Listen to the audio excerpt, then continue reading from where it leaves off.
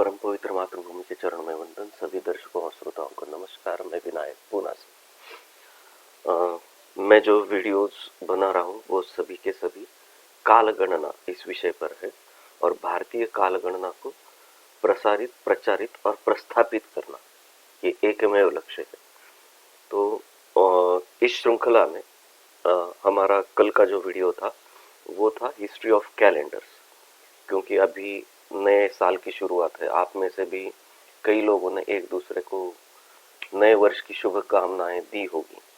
शुभकामनाएं हर दिन दी जा सकती है, लेकिन नव वर्ष वर्ष गणना कौन सी माननी है, काल गणना कौन सी माननी है, इसमें हमारे कुछ कंसेप्ट्स क्लियर होने चाहिए। और हम जो कहते हैं कि भारतीय काल गणना पुनः प्रस्थापित होनी चाहिए। जो हम अभी ये वर्षमान पद्धति फॉलो कर रहे वो आउटडेट हो जानी चाहिए, और वो हो जाएगी हम सभी के प्रयासों से। ये क्यों कहते हैं? क्या ये जो कालगणना अभी 2022 शुरू हुआ तो ये इसमें बुराई क्या है वगैरह वगैरह ऐसा कुछ लग सकता है, लेकिन इस बहाने से आपके सामने कुछ तथ्य लाना चाहता हूं मैं। शायद ये इस विषय पर शायद अगले 2-3 वीडियोस बनेंगे। कल का जो हिस्ट्री ऑफ कैलेंडर्स वीडियो था उसमें मैंने रोमन कैलेंडर जानबूझकर नहीं लिया था। रोमन यानी वही ग्रीक कैलेंडर है, वही रोमन कैलेंडर है, वही आगे चलकर जूलियन कैलेंडर बना, वही बाद में ऑगस्टिन कैलेंडर बना, और वही बाद में ग्रेगोरियन कैलेंडर बना। और हम अभी जो फॉलो कर रहे हैं वो ग्रेगोरियन कैलेंडर है। तो जो हम फॉलो कर रहे हैं उसका इतिहास क्या है ये थोड़ा डिटेल में मालूम होना चाहिए, और ये जानकारी होने के बाद आप खुद ही डिसाइड करेंगे क्या ऐसी काल गणना को हमें फॉलो करना है, ऐसे वर्षमान पद्धति को हमें फॉलो करना है, या हमारी जो बृहद व्यापक ऐसी काल गणना पद्धति है इस भारतीय संस्कृति की उसे प्रस्थापित करना है। तो अभी जो फॉलो कर रहे हैं उसको छोड़ना क्यों जरूरी है, ये भी तो इसके बारे में तो थोड़े तथ्य मालूम होने चाहिए। तो वो तथ्य मैं अगले 2-3 वीडियोस में आपके सामने रखने की कोशिश करूंगा। 2-3 वीडियोस इसलिए होंगे कि विषय थोड़ा व्यापक है, जितना हो सके उतना ब्रीफ में रखने की कोशिश की है मैंने। फिर भी 2 या 3 वीडियोस तो बनते हैं इस पर। मेरे कल के एपिसोड से थोड़ा सा मुझे टेक्निकली मैं थोड़ा अपग्रेड हो रहा हूँ, रोज नई नई कुछ चीज सीख रहा हूँ। ये जो वीडियो बनाना है कि साथ में पावर पॉइंट की मदद लेना, ये सिस्टम थोड़ा अच्छा लग रहा है मुझे। तो इसी सिस्टम को हम फॉलो करेंगे। इसमें ऐसा नहीं है कि मैं कोई बोर्ड लेके कोई सिखा रहा हूँ वगैरह वगैरह। जो मेरे पास इंफॉर्मेशन है और जिस उद्देश्य से मैं काम कर रहा हूँ वो चीजें आपके सामने तथ्यों के साथ रखनी है। इसलिए मैं जो पावर पॉइंट प्रेजेंटेशन जिसको वीडियोस में दिखाऊंगा आपको, वो भी कुछ डेकोरेटिव नहीं है, इंफॉर्मेटिव जरूर रहेंगे। आपको अच्छे से अच्छा कंटेंट जरूर मिलेगा इसमें से, और आप खुद उस विषय में ज्यादा सोच पाएंगे। और ये भी हो सकता है कि आप सुनने वालों में से कुछ लोग ऐसे भी हो के जो मुझसे भी बेहतर ज्ञान रखते हैं इन सारे विषयों का। तो उनके लिए अनुरोध है कि अगर मुझ में कुछ त्रुटियां रह गई हो तो माफ करें। अगर कुछ सूचनाएं लगती हो तो वो सूचनाएं भी जरूर दे दे। और अगर इन प्रयासों में आप सहयोग देना चाहते हैं, मदद करना चाहते हैं, भारतीय कालगणना को फिर से प्रस्थापित करना चाहते हैं, तो सहयोग जरूर दें। तो ठीक है कि हम अगले 1-2 वीडियोस में देखेंगे। पहले ये ग्रेगोरियन कैलेंडर की हिस्ट्री क्या है। ये ओरिजिनली था रोमन कैलेंडर, रोमन और ग्रीक कैलेंडर। तो पहले इसका बैकग्राउंड कुछ जानकारी लेते हैं कि ईसा पूर्व के काल में पूरे यूरोप में कुछ ऐसी स्थिति थी कि छोटे छोटे लोक समूह अलग अलग प्रांतों में बटे हुए थे, उनको ट्राइब्स कहा जाता है, जर्मनिक ट्राइब्स, फ्रेंच ट्राइब्स वगैरह वगैरह, छोटी छोटी जाति जमातियां जिसे कहते हैं, ऐसे ट्राइब्स हुआ करते थे। तो ये जो ट्राइब जितने भूभाग पर अपना अधिकार जमा लेता था, वो भूभाग उस ट्राइब के नाम का एक छोटा स्टेट कहा जाता था। ऐसे छोटे छोटे स्टेट्स में अथेंस था, रोम था, मेसिडोन था, स्पार्टा, अल्बा, ऐसे आर्केडिया वगैरह वगैरह, ऐसे बहुत सारे स्टेट्स थे। तो इन ये जो अभी जो नाम लिए, ये सबसे प्रभावशाली थे उनमें से के अथेंस, रोम, मेसिडोन, स्पार्टा, अल्बा, आर्केडिया वगैरह, कुछ गिने चुने 5-10 उनमें से प्रभावशाली थे, शक्तिशाली थे। इन सभी में आपस में कभी शांतिपूर्ण स्थिति रहती थी, कभी समझौते वाली स्थिति रहती थी, कभी आपस में लड़ाइयां भी होती रहती थी। ऐसा चल रहा था समाज जीवन उन सभी ट्राइब्स का। तो उस समय में उन ट्राइब्स के जिसे सभ्यता कहा जाए, विकसित सभ्यता कहा जाए या बड़ा राज्य कहा जाए, ऐसे दो थे। उनके बाजू में, इन सभी स्टेट्स के बाजू में साउथ में जो था वो इजिप्शियन कल्चर था, इजिप्शियन सभ्यता थी, और उनके पूर्व में यानी वहां से भारत की दिशा में एक विशाल पर्शियन साम्राज्य था। तो ये उनमें से ये पर्शियन साम्राज्य के, वो तो बड़ा साम्राज्य था, तो वो कभी कभी इन छोटे छोटे स्टेट्स में इन्वेड करने की कोशिश करते थे। तब ऐसे प्रसंग में ये छोटे सभी ट्राइब्स एकत्रित आकर सब मिलकर इस पर्शियन इन्वेजन को के साथ लड़ाई करते थे और मुकाबला करते थे। यानी इस सभी कालचक्र में, इन सभी घटनाओं के फ्लो में साधारणतः ईसा पूर्व 5वीं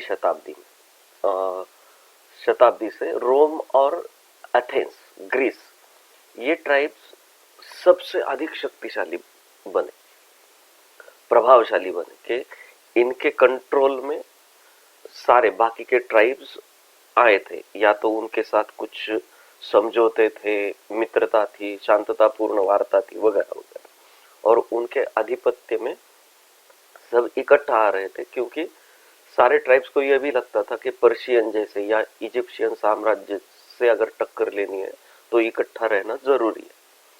तो वो साधारणतः ईसा पूर्व 5वीं, 6वीं, 7वीं शताब्दी ये उनकी स्थापना का काल रहा। उसी में उसी से जिसे रोमन साम्राज्य कहा जाता है, जो आगे चलकर बहुत बड़ा साम्राज्य बना, वो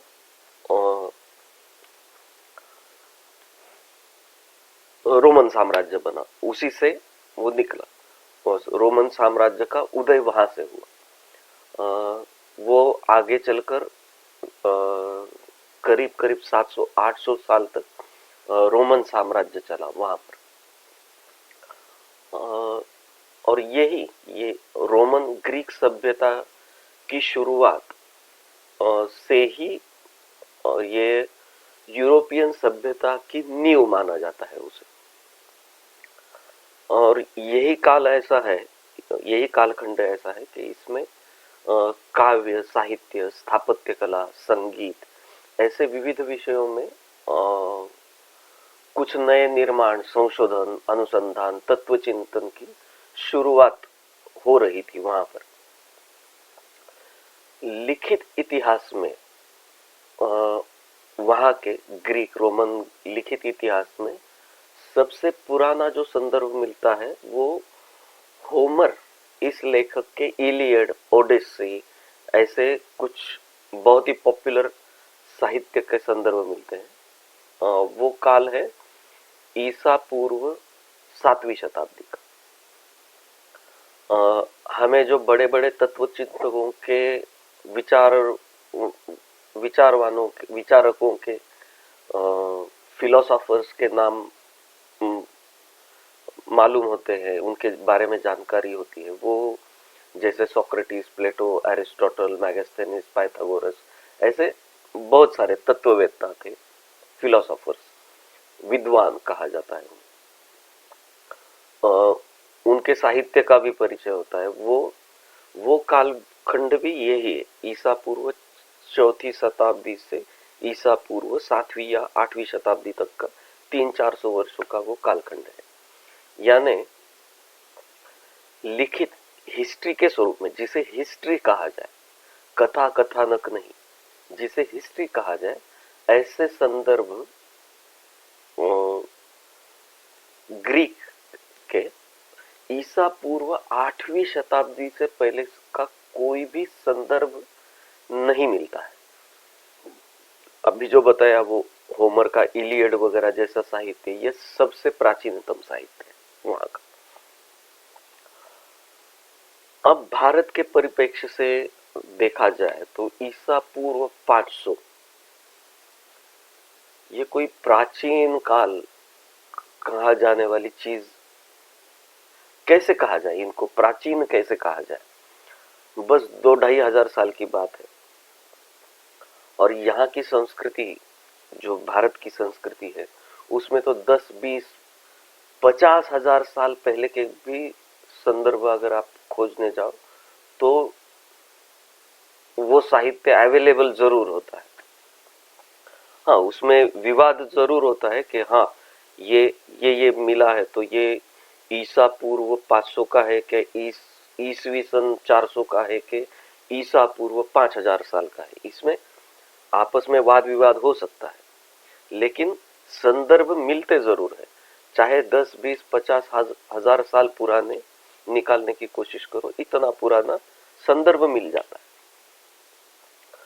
तो इतनी प्राचीन संस्कृति के लोगों को यहाँ बैठकर, हमारे ही यहाँ बैठकर ये सिखाया जाता है कि जो कुछ ज्ञान, विज्ञान, कला, विद्या, जो कुछ विकास हुआ, प्रसार हुआ, वो सब ग्रीक या रोमन सभ्यता की देन।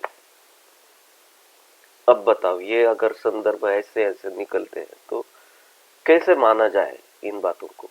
तो ठीक है, हम देखेंगे। मैं कुछ नोट्स निकाला हूं, मैं उसका पावर पॉइंट प्रेजेंटेशन भी आपको दिखाता हूं। हाँ, उससे एक हो जाए, वो डेकोरेटिव कुछ ऐसा प्रेजेंटेशन ऐसा कुछ नहीं है, पॉइंट्स निकाले हैं मैंने, कुछ शॉर्ट में लिखा है उसमें। हो सकता है आपको ये अगर उपयोगी लगे तो इसके आप स्क्रीनशॉट्स भी लेकर रख सकते हैं या रेफरेंस के लिए ये वीडियो यूज कर सकते हैं। इसमें कंटेंट्स आपको अच्छे मिलेंगे, क्योंकि डेकोरेटिव करना, इम्प्रेसिव करना, ये इस वीडियोस का उद्देश्य नहीं है, और उतना करते बैठने का समय भी मेरे पास नहीं है। अकेला सब कुछ कर रहा हूँ, वो घड़ी का रिसर्च भी करना है, सब करना है, वो घड़ी जल्दी से जल्दी आपको देनी है। तो ठीक है, मैं पहले थोड़ा सा ब्रीफिंग कर दूं और वो जो स्लाइड्स निकाली है मैंने वो भी आपको दिखाता हूँ। तो कैसे माना जाए कि ये जो कुछ ज्ञान, विज्ञान, कला का विकास हुआ वो ग्रीक सभ्यता ने दिया है? मैंने कुछ कुछ ऐसे बहादुर भी देखे हैं कि जो कहते हैं कि सूर्य सिद्धांत जैसा ग्रंथ, ये सूर्य सिद्धांत की जो सारे कंसेप्ट है वो ग्रीक सभ्यता से उठाई गई है। अब आगे चलकर आपको मैं 2-3 एपिसोड में बहुत सारी ऐसी इंफॉर्मेशन दूंगा कि आपके मन में ऐसे सवाल जरूर उठने लगेंगे और आप मेरी सहायता जरूर करेंगे इस भारतीय कालगणना को प्रस्थापित करने में। तो हम जो इस कैलेंडर की इतिहास के बारे में जानने की कोशिश करेंगे, उसमें देखेंगे कि इन ग्रीक सभ्यता या बाहर के प्रांतों में जो भी सभ्यताओं में कल अभी 6-7 सभ्यताओं के कैलेंडर सिस्टम की मैंने आपको जानकारी दी। वो जानकारी सिर्फ इतनी है कि जैसे वो बताते हैं वो वैसी जानकारी कि ये कैलेंडर ईसा पूर्व 2000 से शुरू हुआ, ये कैलेंडर ईसा पूर्व 3000 से शुरू हुआ, वगैरह वगैरह, जो जैसी है वैसी है, उसमें कुछ छेड़छाड़ नहीं करना है। लेकिन सबसे विकसित सबसे बड़ी सभ्यता में अगर ईसा पूर्व 5वीं शताब्दी में अगर कैलेंडर पहली बार इंट्रोड्यूस किया गया हो तो कैसे माना जाए कि ईसा पूर्व 2000 या 3000 साल पहले से ये वहां पर प्रचलित था। तो देखेंगे वही सारी इंफॉर्मेशन हम आगे चलकर देखेंगे इसमें कि हाँ, इतना जरूर है कि उन लोगों के प्रयास जो थे, उन विचारकों के, तत्व चिंतकों के जो प्रयास थे, जो संशोधन की भूमिका थी, वो जरूर जरूर अच्छी ही थी। कुछ अच्छे संशोधन भी सामने आए हैं उनके प्रयासों के कारण, उसका जरूर एप्रिसिएशन भी देना चाहिए उनको। लेकिन भारत के परिप्रेक्ष्य से अगर देखें तो वो सारे प्रयास हास्यास्पद और बाल्यावस्था के लगते हैं। और ऊपर से अगर ये कहा जाए कि भारतीय संस्कृति को कुछ ग्रीक संस्कृति ने कुछ ज्ञान बांटा है तो उस पे हंसी तो जरूर आती है। तो ये संदर्भ मैं आपके सामने रखूंगा। तो उसमें हम अभी जो ग्रेगोरियन कैलेंडर फॉलो कर रहे हैं उसके बारे में आपको ये क्लैरिटी तो आएगी कि हम किस चीज को फॉलो कर रहे हैं, जो मूलतः संदर्भ विहीन है। शास्त्र, विज्ञान, कालगणना के तंत्र, साधन, साधना वगैरह, इस चीज का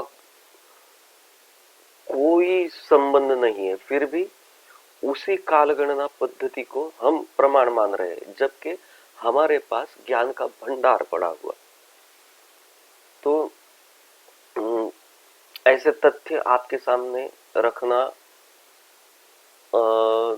जरूरी है, तो हम सब अच्छी तरह समझ पाएंगे कि कौन सी कालगणना को फॉलो करना है। तो ठीक है, ये स्लाइड शो का मुझे जो हेल्प मिला है नया टेक्निकली, तो वो मैं छोटे छोटे नोट्स के स्लाइड्स बनाए वो मैं आपको शेयर करता हूँ। अभी मैं अब कोने में जाकर बैठता हूँ, यहाँ पर मेरे सुंदर से चेहरे की कोई जरूरत नहीं है। अभी आपको ये स्लाइड्स दिखेंगे अभी सिर्फ आप। तो ये ग्रेगोरियन कैलेंडर क्या है जो हम भी फॉलो कर रहे हैं, जिसका 2022वां साल शुरू होने का पर्व हम मना रहे हैं।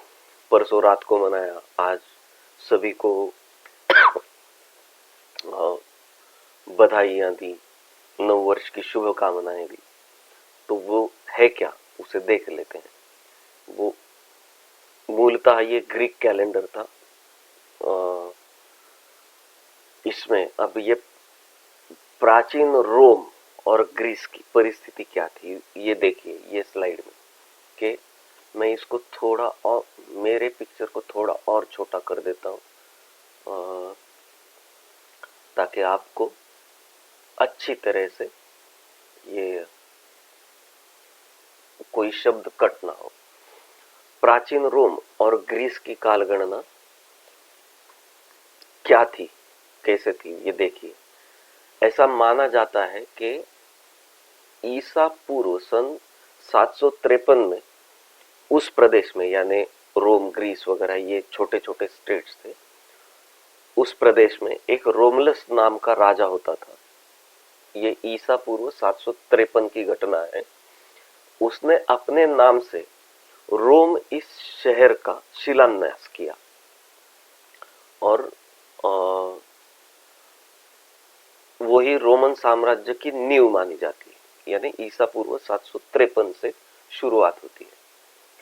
इस बड़ी घटना के साथ रोमलस राजा ने अपनी प्रशासनिक व्यवस्था के लिए एक वर्ष गणना की पद्धति की। प्रशासनिक व्यवस्था के लिए ये जरूरी है। ये रोमन कैलेंडर का प्राथमिक रूप था। इस वर्ष में 304 दिन हुआ करते थे। अब 304 किस गणित से आए, किस खगोल विज्ञान से आए, कुछ पता नहीं है। 304 दिन का गणित था, गिने जाते थे और इस 304 दिनों के 10 विभाग हुआ करते थे। महीना ऐसा कंसेप्ट भी नहीं था, 10 विभाग थे। हम आज के हिसाब से कह सकते हैं कि 10 महीनों का कैलेंडर था। और इन 10 महीनों में पहले 4 महीनों का देवताओं के नाम से नामकरण हुआ था। वो इस तरह है कि पहला महीना होता था मार्टियस। ये ग्रीक देवता है मार्टियस नाम की। ये युद्ध की देवता के रूप में उसे पूजा जाता था। उसके नाम से पहला महीना हुआ, जिसका आज का अपभ्रंशित रूप है मार्च कहा जाता है आज उसे। दूसरा महीना था अप्रिलिस। ग्रीक एफ्रोडेट ये सौंदर्य की देवता मानी जाती थी और उस देवता के नाम से दूसरा महीना किया गया, जो आज अप्रैल नाम से जाना जाता है। तीसरा महीना था मईअस। वो ग्रीक देवता एटलास थी, उसकी कन्या थी मईअस नाम की। तो एटलस की कन्या मईअस के नाम से तीसरा महीना हुआ, जो आज मई के नाम से जाना जाता है। चौथा महीना ग्रीक की सबसे बड़ी देवता मानी जाती है वो जुपिटर, देवताओं का भी राजा, ऐसा उसका सम्मान था उस देवता का। तो इस जुपिटर की पत्नी थी जुनो नाम की। तो उस जुपिटर की पत्नी जुनो के नाम से चौथा महीना किया गया। इसके यानी कि 10 महीनों में से नामकरण भी पहले सिर्फ 4 महीनों का हुआ, मार्टियस, अप्रिलिस, मईअस और जूनियस।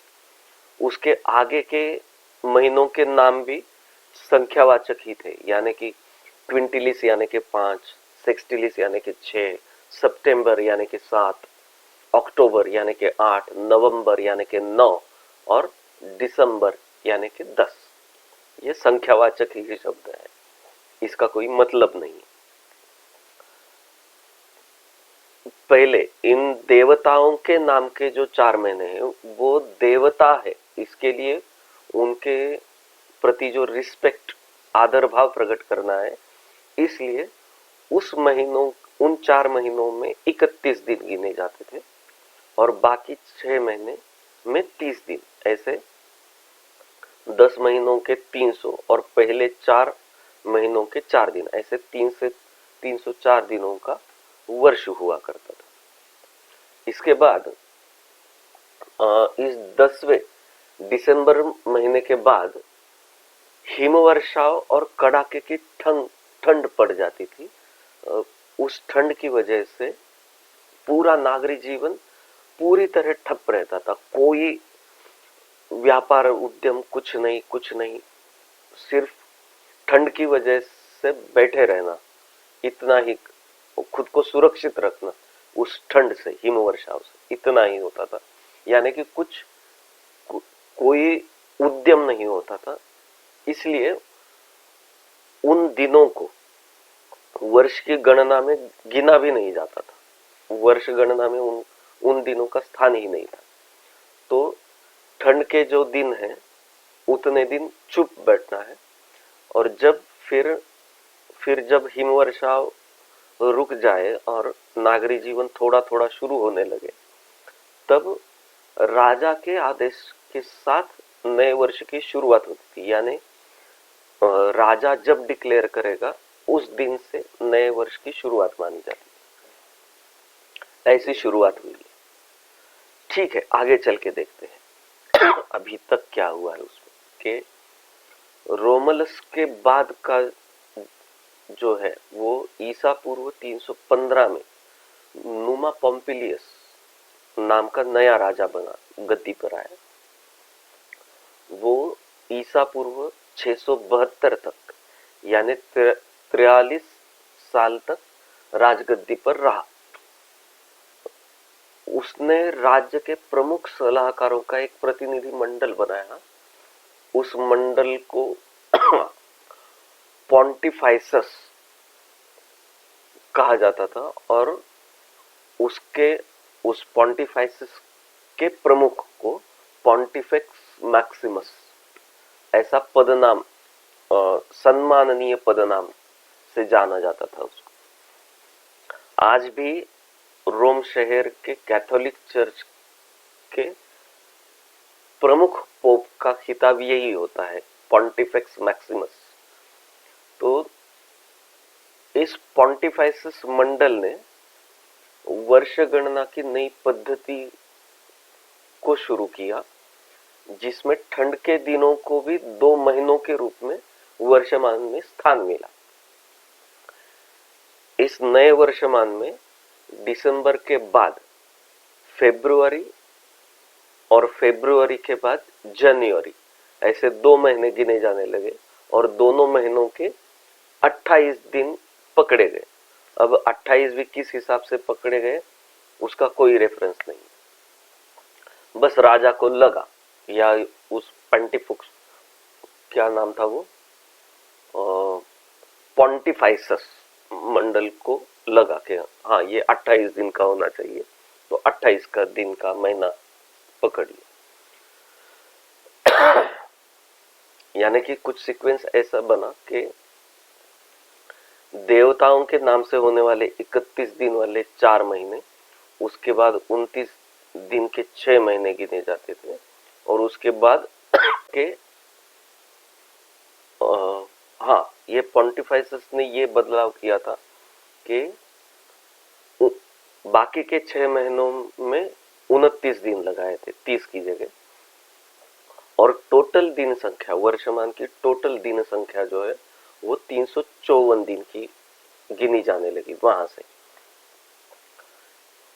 ये दिन संख्या चांद्र वर्ष के समान है। बाद में उसमें भी एक थोड़ा सा ऐसा हुआ कि ये जो फरवरी और जनवरी 28 दिन के माने जाते थे, उसमें भी समसंख्या के महीने का होना अशुभ माना जाता था, ऐसी सामाजिक धारणा थी, भ्रम था। तो उस वजह से फिर जनवरी को भी 28 की जगह 29 दिन दिए गए, लेकिन फिर भी फरवरी 28 दिन का ही रखा गया। तो उससे वर्षमान की दिन संख्या हो गई 355 दिनों की। ये हमें जिन ग्रीक तक, पहले मैंने इंट्रोडक्शन देते हुए भी कहा कि जिन ग्रीक तत्ववेताओं के बारे में जानकारी मिलती है, वो सारे के सारे विद्वज्जन जो है वो सारे इन्हीं 200-300 साल के कालखंड में हुए हैं। यानी इस कालखंड में ही ग्रीस और आसपास के प्रदेश में समाज को स्थिरता प्राप्त होने लगी थी और समाज में अनेक विचारों का मंथन शुरू हो गया था। उस काल में अलग अलग ग्रीक समूहों के विविध लोग कभी राज्य विस्तार के उद्देश्य से, कभी आक्रमण और लूट के उद्देश्य से, कभी व्यापार उद्यम के उद्देश्य से, या कभी केवल भ्रमंती या पर्यटन के उद्देश्य से दूर दूर तक जाते थे। उनमें से कुछ लोग गंधार, सिंध यानी भारत की सीमाओं तक पहुंच गए थे।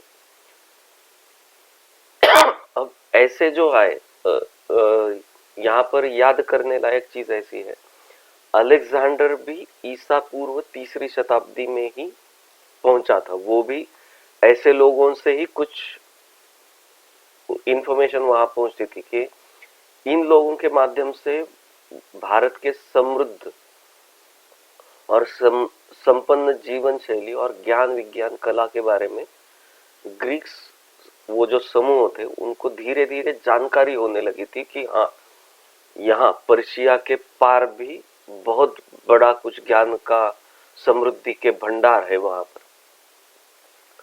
तो ऐसी जानकारियां जो पहुंचती थी, उस आधार पर उस समाज में नए संशोधन, अनुसंधान, विचार मंथन की प्रक्रिया शुरू हो गई और वहीं से ग्रीक और रोमन सभ्यता की नींव पड़ गई।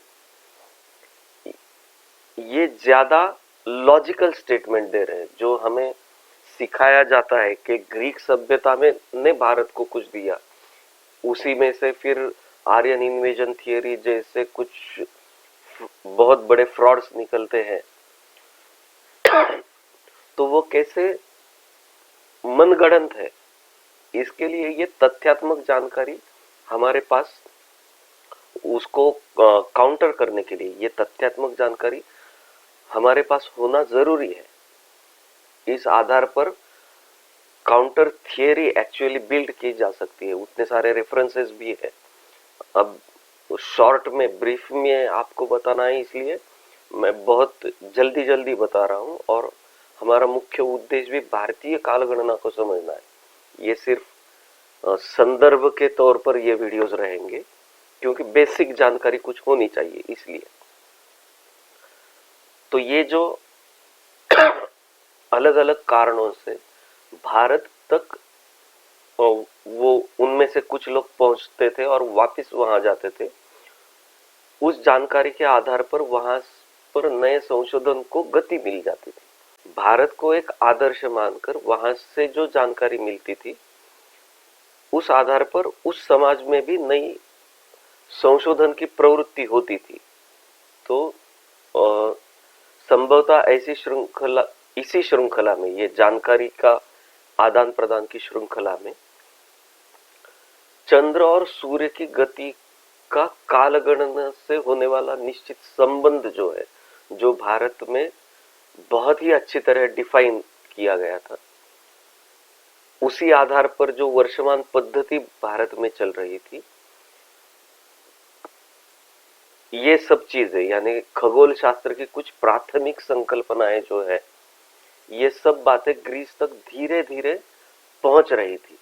उसके बाद कैलेंडर की संरचना का विकास होने लगा था वहां पर। तभी तो ईसा पूर्व 7वीं शताब्दी में भी वहां का सम्राट अगर कैलेंडर निकालता है, शुरुआत करता है पहले कैलेंडर की, उसमें भी उसको पता नहीं है कि दिन कितने रखने हैं। 304 का 304 दिन रैंडमली रख देता है। तो ये शुरुआत थी। अब ये जो बताया कि सोक्रेटिस, मेगास्थेनिस वगैरह वगैरह, ये जो सारे विचारक थे, विचारवंत थे, विद्वान लोग थे, इनकी परिश्रम और संशोधन बुद्धि के कारण वहां विचार मंथन भी बहुत अच्छी तरह होने लगा। इन्हीं विचारों के क्रम में खगोल विज्ञान की बात करने वाला पहला नाम जो आता है, वो आता है मेटॉन का। वो ईसा पूर्व 433 के आसपास, यानी मेटॉन ने पहली बार वर्ष की दिन संख्या 354 दिन होने की बात कही थी। और उसने ये जाना था कि ये 354 दिन यानी चांद्र गति के हिसाब से एक वर्ष पूरा होता है। तो हमने जो देखा कि पॉन्टिफाइसस ने उस रोमलस कैलेंडर में कुछ सुधार करके 304 की जगह 355 दिन का कैलेंडर बनाया। तो ऐसे विचारकों के चिंतन से, उन्होंने दिए हुए सुझावों से नए नए विचारों को, लॉजिकल विचारों को स्वीकारा जाता था। और इसी चांद्रमास की गणना को अगर सूर्य की गति के साथ जोड़ना हो तो 365 दिन का वर्ष होना चाहिए। इस पक्ष को पहली बार मेटॉन ने रखा प्रशासन के सामने। वो वर्ष था ईसा पूर्व 433 का। उसके बाद जो नुमा पोम्पिलियस के समय से 200 साल तक जो 355 दिन का वर्षमान चलता रहा था, ईसा पूर्व 450 के आसपास रोमन राज्य में 10 विद्वानों का एक मंडल बनाया गया। उस मंडल को डेसिमविरी ऐसा नाम दिया गया। लेकिन इस विद्वत मंडल में मेटॉन का नाम नहीं आता है। क्यों नहीं आता है पता नहीं, लेकिन वर्ष गणना चंद्र गति के साथ और सूर्य की गति के साथ जोड़नी चाहिए, ये बात पहली बार करने वाला मेटॉन था। हो सकता है कि इस मेटॉन के ही कुछ शिष्य या बंधुगण या उसके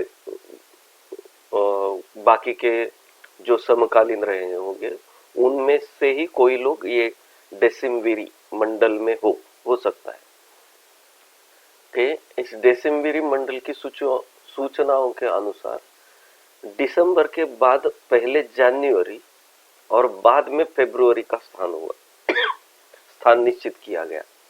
जो पहले नुमा पोम्पिलियस में दिसंबर के बाद फरवरी आता था और उसके बाद जनवरी आता था, और ये डेसिमविरी मंडल की सूचनाओं के बाद दिसंबर के बाद पहले जनवरी लिया गया और बाद में फरवरी का स्थान निश्चित किया गया।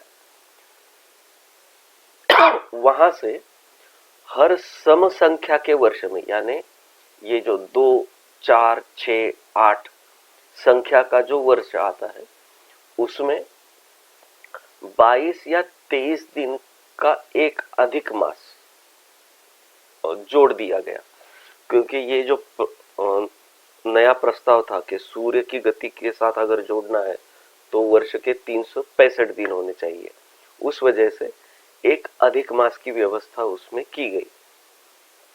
इस अधिक मास को मेंसिस इंटरकैलरिस या मेर्सेडोनियस ऐसा कहा जाता था, यानी अधिक मास का वहां का नाम है। ये बदलाव करने के कारण वर्ष के एवरेज 366 दिन माने जाने लगे। बीच बीच में उसमें भी कुछ छोटे छोटे बदलाव किए जाते थे।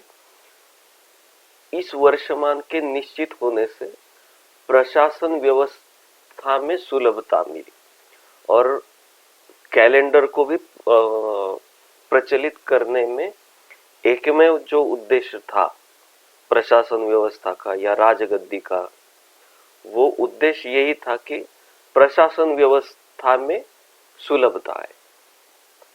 बाकी उसमें कोई किसी भौतिक शास्त्र का संदर्भ नहीं है, किसी खगोल शास्त्र का संबंध नहीं है, किसी जियोग्राफी जियोलॉजिकल एविडेंस का संदर्भ नहीं है, किसी ऋतु चक्र का भी संदर्भ नहीं है। तो इस तरह से कैलेंडर चलते थे। इस समय में यानी ईसा पूर्व 400, 500, 300 से 500 के बीच में कभी राजा का जो एकाधिकार था वो खत्म हो चुका था और प्रतिनिधि मंडल, काउंसिल, ये शब्द वहां से आता है कि लोगों का प्रतिनिधि मंडल के जो सदस्य थे उनके हाथ में पूरी सत्ता थी उन दिनों में, यानी कि राजा का एकाधिकार नहीं था। तो उस कालखंड में जब नया प्रतिनिधि मंडल बन जाता था, उस वक्त से नए वर्ष की शुरुआत की जाती थी। यानी कि प्रतिनिधि मंडल के मर्जी पर होता था। यानी समझो 10 अक्टूबर के दिन नया प्रतिनिधि मंडल आया, नई काउंसिल आई, तो 9 अक्टूबर तक पहुंचा हुआ वर्ष वो खत्म हो जाता था और 10 अक्टूबर को फिर से 1 जनवरी से फिर से शुरू होता था। यानी कि ये जो विद्वान विचारवंत लोग थे, जो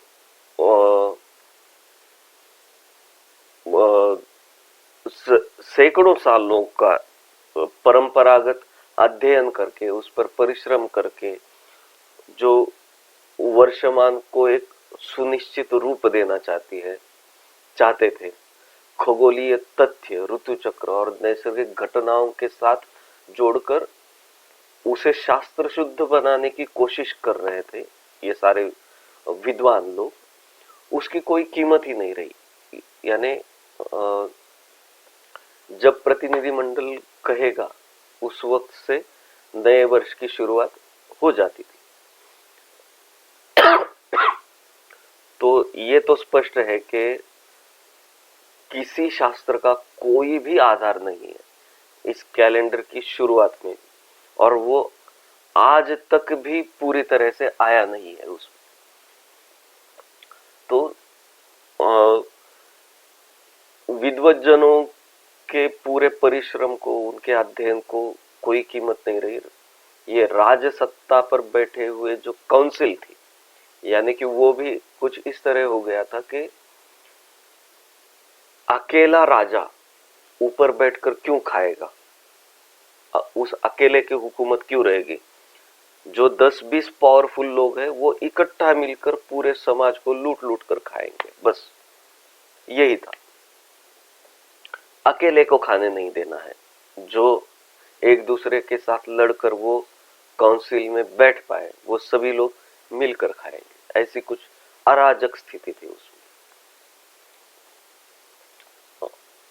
यानी राजसत्ता जब चाहे तब वर्ष की शुरुआत करती थी। ऐसी अराजकता के साथ 300-400 वर्ष तक प्रशासन चलता रहा। यानी वर्षमान और दिनमान का उपयोग सिर्फ प्रजा पर नियंत्रण पाने के लिए और धन कमाने के लिए होता था, दूसरा कोई भी उद्देश्य नहीं था उसके पीछे। उसका कुछ उदाहरण यहाँ पर दिया है कि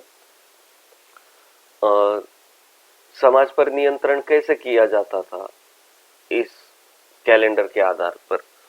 तो महीने के 8वें दिन को इस काउंसिल ने बाजार का दिन घोषित किया था कि, और इस यानी बाजार का दिन यानी रोम शहर में और आजू बाजू के बड़े विकसित स्थानों पर अलग अलग जगह से अलग अलग व्यापारी, किसान आकर अपना माल का व्यापार कर सकते थे। बाजार का दिन, इस बाजार के दिन को नंदिने ऐसा नाम दिया था।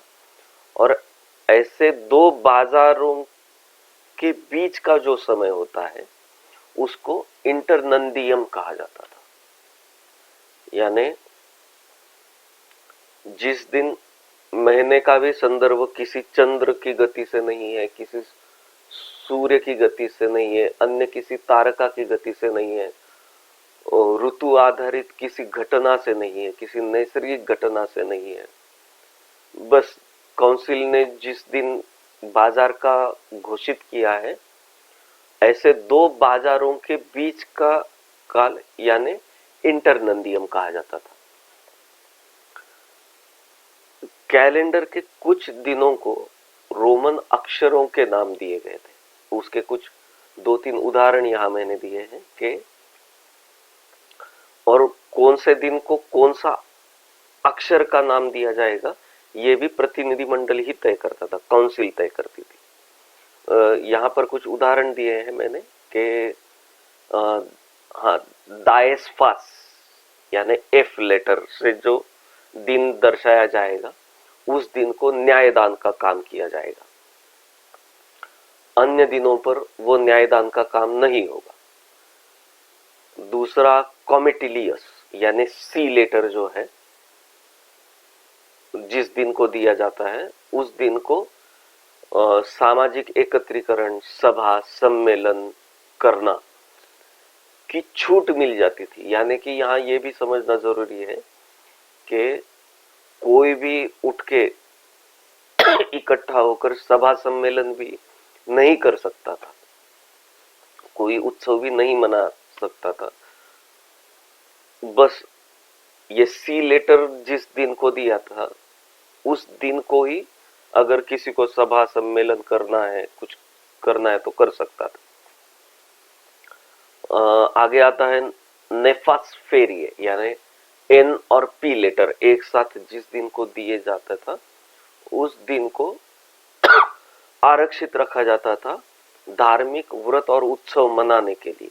यानी कि जो उनके धर्मगुरु बताएंगे, वो धर्मगुरु काउंसिल को सलाह देते थे कि इस दिन को ये उत्सव होना चाहिए, इस देवता की पूजा होनी चाहिए।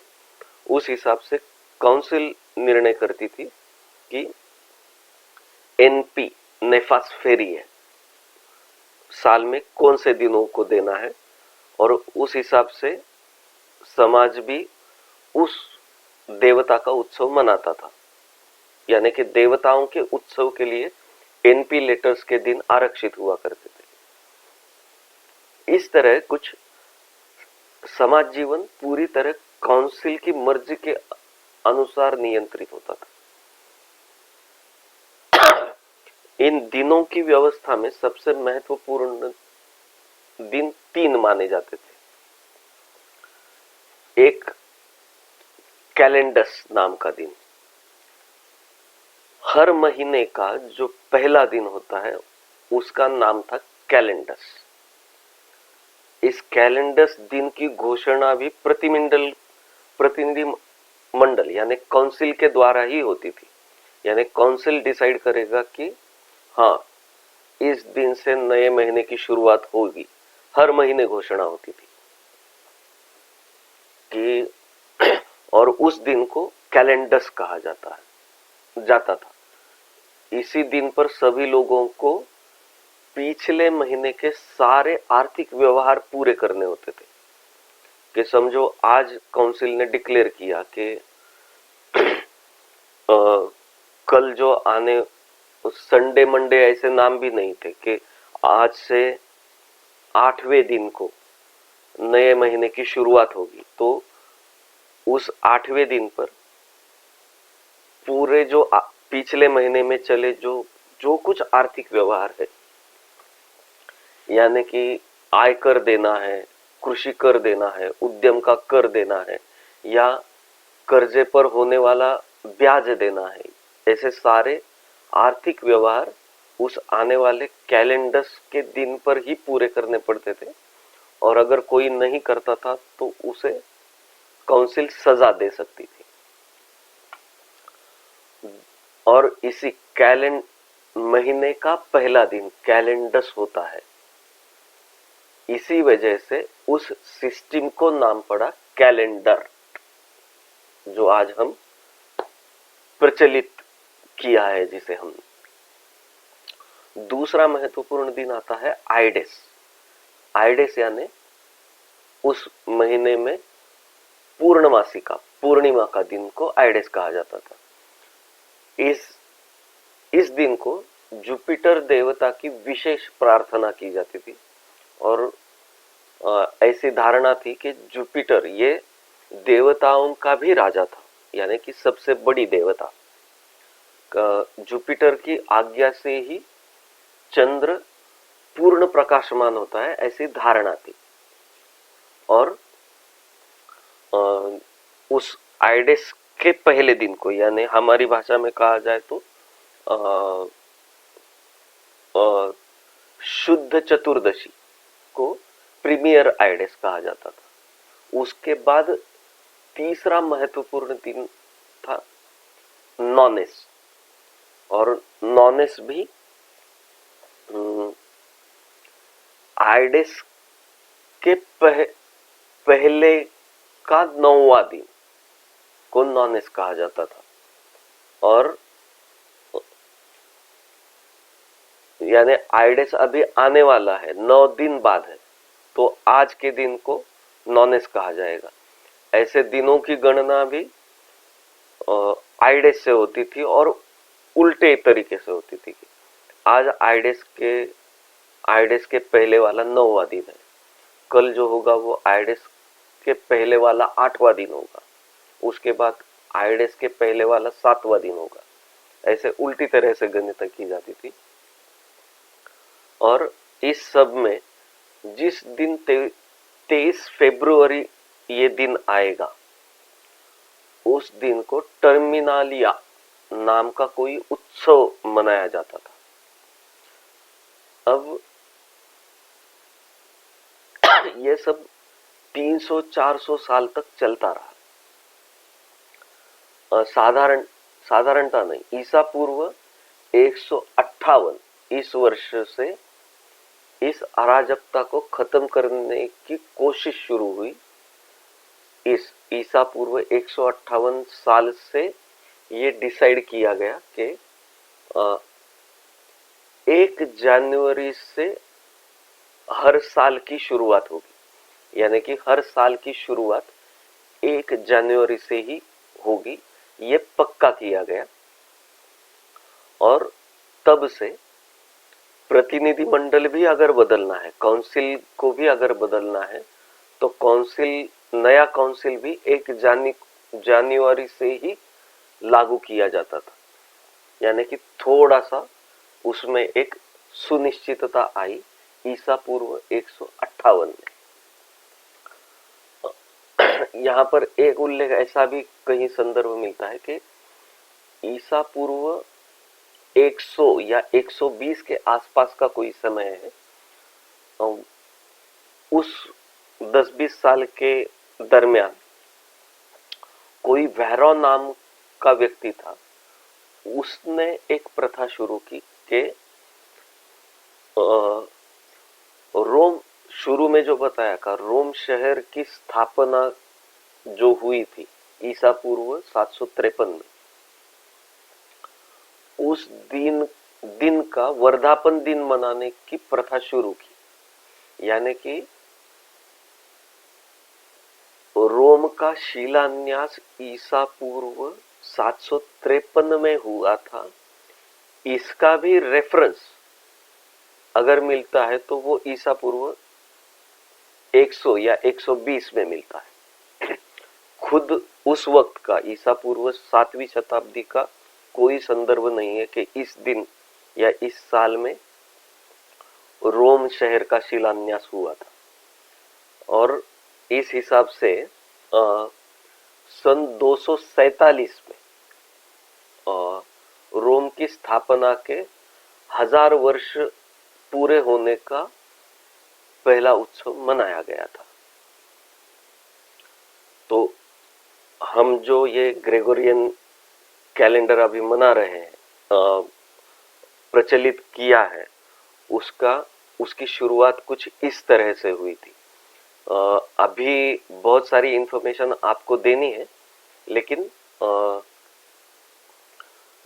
एक ही वीडियो बहुत बड़ा हो जाएगा, इसलिए इस वीडियो को यहाँ पर रोकता हूँ मैं, और दूसरा इसका कंटिन्यूड वीडियो पार्ट 2 बनाता हूँ शायद, और इस इंफॉर्मेशन के शायद और 2 या 3 वीडियो बनेंगे, इतना इंफॉर्मेशन है अभी। तो इस एपिसोड को यहीं ख़त्म करते हैं, मिलते हैं अगले एपिसोड में। मेरे प्रयास अगर आपको अच्छे लगते हैं तो ज़रूर लाइक, शेयर एंड सब्सक्राइब ज़रूर कीजिएगा। और तो अगला वीडियो मैं अभी बनाकर जल्द ही डालूंगा, और ये विषय 2 या 3 वीडियो में पूरा करूंगा। तो मिलते हैं अगले एपिसोड में, तब तक के लिए नमस्कार, धन्यवाद, भारत माता की जय।